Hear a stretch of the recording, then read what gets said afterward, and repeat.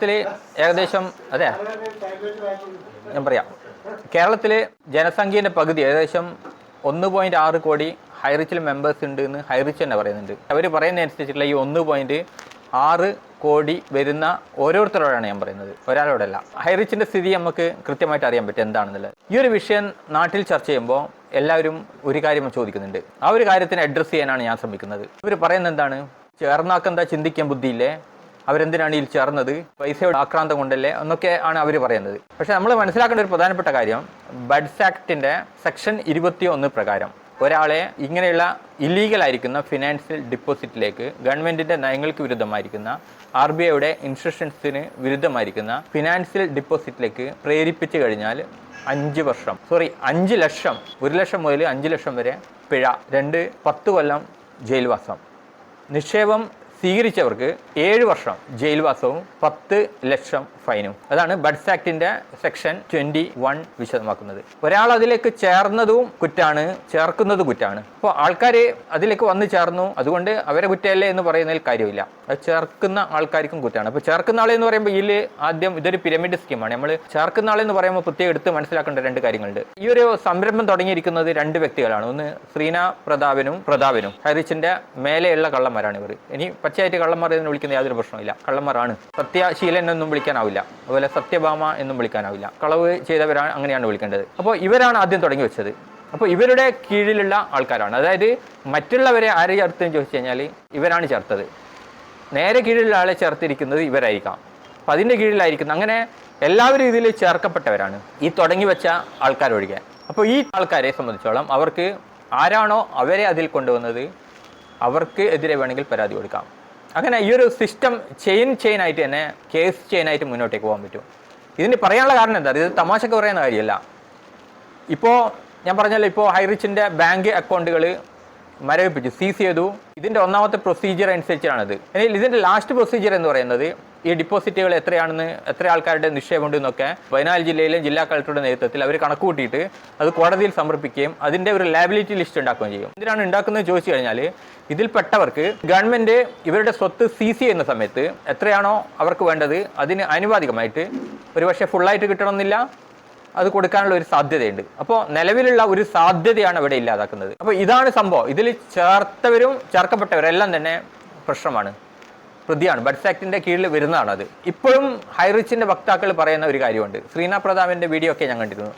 നമ്മളെന്താണ് ചെയ്തത്, നമ്മൾ കുറേ ആൾക്ക് അന്നം കൊടുക്കുകയേ ചെയ്തിട്ടുള്ളൂ എന്ന്. അതായത് കുറേ ആൾക്ക് പൈസ നമ്മൾ കൊടുക്കുകയേ ചെയ്തിട്ടുള്ളൂ. അതായത് ഗവൺമെൻറ് അക്കൗണ്ട് ഫ്രീസ് ചെയ്യുന്നതിന് തൊട്ട് തലേന്ന് വരെ പൈസ കൊടുത്തിരുന്നു. എല്ലാവർക്കും ഡിപ്പോസിറ്റിന് ആനുപാതികമായിട്ട് പൈസ കിട്ടിയിരുന്നു. ഇത് യഥാർത്ഥത്തിൽ കുറേ ആൾക്കാർ പൈസ കിട്ടിയിട്ടില്ല എന്ന് പറഞ്ഞ് കംപ്ലൈൻറ്റ് കൊടുത്ത് പൂട്ടിയതല്ല. അപ്പോൾ ഈ ഒരു പോയിന്റ് വെച്ചിട്ടാണ് ഇവർ പറഞ്ഞുകൊണ്ടിരിക്കുന്നത്. അതുവരെ അവർ സത്യസന്ധമായിട്ട് കൊടുത്തിരുന്നാണ് പറയുന്നത്. പക്ഷേ അങ്ങനെയാണെങ്കിൽ തന്നെ ഇത് നിയമവിരുദ്ധമായൊരു ബിസിനസ്സാണ്. നിങ്ങൾ പൈസ കൊടുക്കുന്നത് നിയമപ്രകാരമുള്ള ബിസിനസ് ചെയ്തിട്ടാവണം. അവിടെയാണ് ഇത് നിരോധിക്കപ്പെടുന്നത്.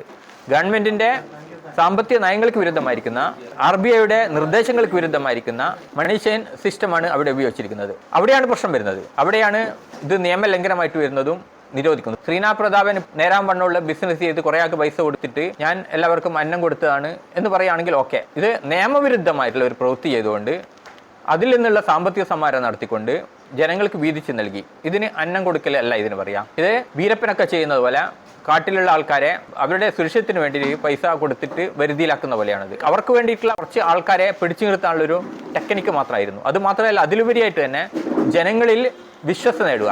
അപ്പോൾ നമ്മൾ ചന്ദ്രയാൻ്റെ ഭ്രമണപഥം ഘട്ടഘട്ടമായി ഉയർത്തിയതുപോലെ ഹൈറിച്ചിൻ്റെ ആൾക്കാർ ആദ്യം ചെയ്തത് വിശ്വസ്തതയുടെ ഭ്രമണപഥം ഉയർത്തി കൊണ്ടുവന്ന് ആദ്യഘട്ടത്തിൽ ചെറിയ ഗ്രോസറി ബിസിനസ്സൊക്കെ തുടങ്ങി അതിൻ്റെ കമ്മീഷൻ കൊടുത്തു. എല്ലാത്തിലും പൈസ കിട്ടുന്നത് കൊണ്ട് കൂടുതൽ പൈസ ആൾക്കാർ ഇടാനുള്ള ഒരു പ്രേരണ കൊടുത്തു. അത് ഇവിടെ ഒരു പ്രേരണ കുറ്റം, ഈ പറയുന്ന ബഡ്സ് ആക്ടിൻ്റെ 21 ആക്ട് അവിടെ പ്രേരിപ്പിക്കുക എന്നുള്ള ഒരു കുറ്റം കറക്റ്റായിട്ട് അവിടെ വരുന്നുണ്ട്. അങ്ങനെയാണ് ഈ സിസ്റ്റം മുന്നോട്ട് പോയത്. അടുത്ത് നമ്മളിപ്പോൾ ഈ പ്രതാപനും ഇവരൊക്കെ സത്യസന്ധരാണെന്ന് ഇപ്പം വിശ്വസിക്കുന്ന ഒരുപാട് ആൾക്കാരുണ്ട്. എനിക്ക് അവരോട് പറയാനുള്ളത്, ഇത്രയും കാലമായിട്ട് ഇത്രയും വസ്തുതകൾ വെളിപ്പെട്ടിട്ടും നിങ്ങൾ അവരെ ന്യായീകരിക്കുന്നുണ്ടെങ്കിൽ, അല്ലെ അവർക്ക് വേണ്ടി നിങ്ങൾ സംസാരിക്കുന്നുണ്ടെങ്കിൽ ഒരു സംശയമില്ലാതെ പറയാൻ പറ്റും നിങ്ങൾ കള്ളന്മാരാണ്, കൊള്ളസംഘത്തിൽ പെട്ടവരാണെന്ന് വളരെ കൃത്യമായിട്ട് പറയാൻ പറ്റും. കാരണം കാര്യങ്ങളിപ്പം വ്യക്തമാണ്. എന്നിട്ടും അവരെ ന്യായീകരിക്കുന്നത്. ഇപ്പോൾ കുറേ ആൾ വീഡിയോ ഇറക്കിയിട്ടൊക്കെ വരുന്നുണ്ട്. എന്നാൽ ജിനിൽ ജോസഫ്, പിന്നെ മറ്റൊരു കക്ഷീൻ്റെ പേരെന്തായിരുന്നു, അങ്ങനെ കുറേ ആൾക്കാരുണ്ട്. ഇത് പുതിയ കൂത്തുപറമ്പിൽ ഒരു പറക്കുന്ന ടീമാണെന്നൊക്കെ പറഞ്ഞിട്ട് ഒരു ചങ്ങാതി വന്നിട്ട് ഒരു വീഡിയോ ആയിരുന്നു. ഇവരൊക്കെ തന്നെ ഇപ്പോൾ ചെയ്തുകൊണ്ടിരിക്കുന്നത് അറിഞ്ഞുകൊണ്ട് കളവിന് കൂട്ടിക്കുന്നു. നമ്മൾ സാധാരണ രീതിയിൽ ഒരുപാട് ആൾക്കാർ പെട്ടുപോയിട്ടുണ്ട്. മറ്റുള്ളവർ നന്നായിക്കോട്ടെ എന്ന് വെച്ചിട്ട് അവർക്കും പൈസ കിട്ടിക്കോട്ടെ എന്ന് വെച്ചിട്ട് ചേർത്ത ഒരുപാട് ആൾക്കാരുണ്ട്. ബന്ധുക്കളെയൊക്കെ ചേർക്കുന്ന അങ്ങനെയാണ്, അല്ലാണ്ട് അവരെ പറ്റിക്കപ്പെടണം എന്ന് വെച്ചിട്ട് ചേർക്കുന്നതല്ല. അത് അറിയാതെ ഇതിലേക്ക് വന്നുവിട്ടവരാണ്. കാര്യങ്ങൾ ഇപ്പം വ്യക്തമായി, എന്നിട്ട് പോലും ഇതിനെ ആരെങ്കിലും ന്യായീകരിക്കുന്നുണ്ടെങ്കിൽ അത് ഈ കളവ് സംഘത്തിൽപ്പെട്ട ആൾക്കാർക്ക് അങ്ങനെ പറ്റും. അങ്ങനെ ന്യായീകരിക്കുന്ന കാര്യമുള്ളൂ, അല്ലാതെ വേറെ കാര്യമൊന്നുമില്ല അവർക്ക്. അപ്പം നമ്മൾ മനസ്സിലാക്കേണ്ടത്, ഇപ്പം അടുത്ത കാലത്തുള്ള ഒരു EDയുടെ ഒരു ഇടപെടലുണ്ടായി. EDയുടെ ഇടപെടലിന് കാരണം ക്രിപ്റ്റോ ഓഫ് കറൻസിന്റെ പേരിൽ ഏകദേശം 510 കോടിയോളം രൂപ വിദേശത്തേക്ക് അവർ കടത്തിയിട്ടുണ്ട്. അതിന്റെ അന്വേഷണത്തിന്റെ ഭാഗമായിട്ട് EDയുടെ റെയ്ഡ് ഹൈറിച്ചിന്റെ ഹെഡ് ഓഫീസിൽ നടത്തി. അതിന്റെ ബ്രാഞ്ചുകളായിരിക്കുന്ന തൃശ്ശൂരും എറണാകുളത്തും എടപ്പള്ളിയിലും നടത്തി. വീട്ടിലേക്ക്, ഈ പ്രതികളുടെ വീട്, അതായത് ശ്രീനാഥ് പ്രതാപിന്റെയും വീട്ടിലേക്ക് നടത്തിയ റെയ്ഡ് എത്തുന്നതിന് മുമ്പേ തന്നെ ഇവർ കാറിൽ മുങ്ങിക്കളഞ്ഞു. പോലീസ് തിരയാണ് അവരിപ്പം മുങ്ങിക്കളഞ്ഞിട്ടാണ്. ഇത്രയും കോടി സമ്പാദിച്ചുകൊണ്ട് പോലീസിനെ അറസ്റ്റ് വരുന്നുകൊണ്ട് മുങ്ങിയിട്ട് അവരുടെ അഭിഭാഷകൻ ഇപ്പോൾ ജാമ്യാപേക്ഷ കൊടുത്തിരിക്കുകയാണ്. അത് മുൻകൂർ ജാമ്യാപേക്ഷ, ആൻറ്റിസിപ്പേറ്ററി ബെയിൽ എന്ന് പറയും. മുൻകൂർ ജാമ്യാപേക്ഷ കൊടുത്തുകൊണ്ട് അത് കോടതിയിൽ പരിഗണിക്കുന്നുണ്ട്. തീർച്ചയായിട്ടും ബഡ്സ് ആക്ടിൻ്റെ പ്രകാരമുള്ള ക്രൈമുകൾക്ക് മിക്കവാറും നോൺ ബെയിലബിൾ ഒഫൻസ് ആണ്. അതൊക്കെ സാധ്യത കുറവാണ്. അതുമാത്രമല്ല, ED എൻഫോഴ്സ്മെന്റ് ഡയറക്ടർ കോടതിയിൽ അതിനെ എതിർക്കുമെന്ന് പറഞ്ഞിട്ടുണ്ട്. കാരണം ആ ഒരു നിയമത്തിന്റെ പരിധിയിലൂടെ തന്നെ അത് പോകണം. അപ്പോൾ ഇത്തരത്തിലുള്ള ഒരുപാട് പ്രശ്നങ്ങൾ അതിൽ ഇപ്പോഴും നിലനിൽക്കുന്നുണ്ട്. എന്തുകൊണ്ടാണ് ഇവർക്ക് ഇത്രയും സീക്രട്ടായിട്ട് നടത്തിയ ഒരു നീക്കം, EDയുടെ ഒരു റെയ്ഡിന്റെ നീക്കം എങ്ങനെയാണ് മുൻകൂറായിട്ട് അറിവ് കിട്ടിയത്? അതൊക്കെ ചർച്ച ചെയ്യേണ്ട ഒരു വിഷയമാണ്. അതുമാത്രമല്ല, ഇവരുടെ പാസ്പോർട്ട്, പ്രതാപിന്റെ പാസ്പോർട്ട് എന്ന് പറയുന്നത് ആദ്യം 2-3 മണി ചെയിനുകളിൽ പ്രതിയായിരുന്നു. അതിന്റെ ഭാഗമായിട്ട് ഇദ്ദേഹത്തെ കുറ്റക്കാരനെ കണ്ട് ജയിലിലടച്ചിരുന്നു. ആ സമയത്ത് പാസ്പോർട്ട് ബ്ലോക്ക് ചെയ്ത് വെച്ചാണ്. അതിനുശേഷം ഇപ്പോൾ അടുത്ത കാലത്ത് പോലീസ് അന്വേഷണം നടത്തിയിട്ട് പാസ്പോർട്ട് ഉണ്ടാക്കി കൊടുത്തിട്ടുണ്ട്. അപ്പോൾ അതൊക്കെ എന്തിന്റെ താല്പര്യത്തിന്റെ പേരിലാണ്? എന്തുകൊണ്ടാണ് മുഖ്യധാര പത്രദൃശ്യ മാധ്യമങ്ങൾ ഇതിനെ റിപ്പോർട്ട് ചെയ്യാത്തത്? കാര്യമായിട്ട് എന്തുകൊണ്ടാണ് മെയിൻ സ്ട്രീം ആയിരിക്കുന്ന ചാനലുകൾ, പാർട്ടി ചാനലുകളടക്കം, പാർട്ടി പത്രങ്ങളടക്കം എന്തുകൊണ്ടാണ് അത് റിപ്പോർട്ട് ചെയ്യാത്തത്?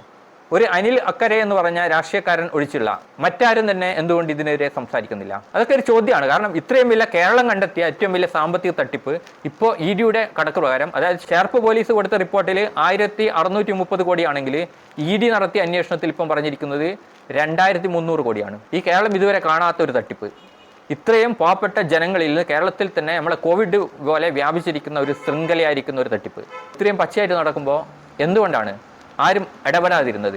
ഇനി ഇത്രയും സംഭവം വെളിച്ചത്ത് വന്നിട്ടും എന്തുകൊണ്ട് ആരും ഇപ്പോഴും ഇടപെടുന്നില്ല? അതൊക്കെ ഒരു ചോദിക്കേണ്ട ചോദ്യം തന്നെയല്ലേ? ഇവിടെ ജനാധിപത്യപരമായിട്ടുള്ള വ്യവസ്ഥയിൽ നിന്നുകൊണ്ട് പ്രവർത്തിക്കുമ്പോൾ, അല്ലെങ്കിൽ അതിനു വേണ്ടിയിട്ട് അവകാശങ്ങൾക്ക് വേണ്ടി പോരാടുന്നു, ജനങ്ങളെ സംരക്ഷിക്കുന്നു എന്നൊക്കെ പറയുന്ന രാഷ്ട്രീയ പാർട്ടികളുടെ പ്രതിനിധികൾ എന്തുകൊണ്ടാണ് ഇതിനെതിരെ അനങ്ങാത്തത്? ഇത്രയും കൃത്യമായിട്ടുള്ള വിവരങ്ങൾ വന്നു എന്നിട്ട് പോലും അനങ്ങിയിട്ടില്ല. എന്തുകൊണ്ടാണ് എന്നുള്ളത് നമ്മൾ ചോദിക്കേണ്ടതാണ്.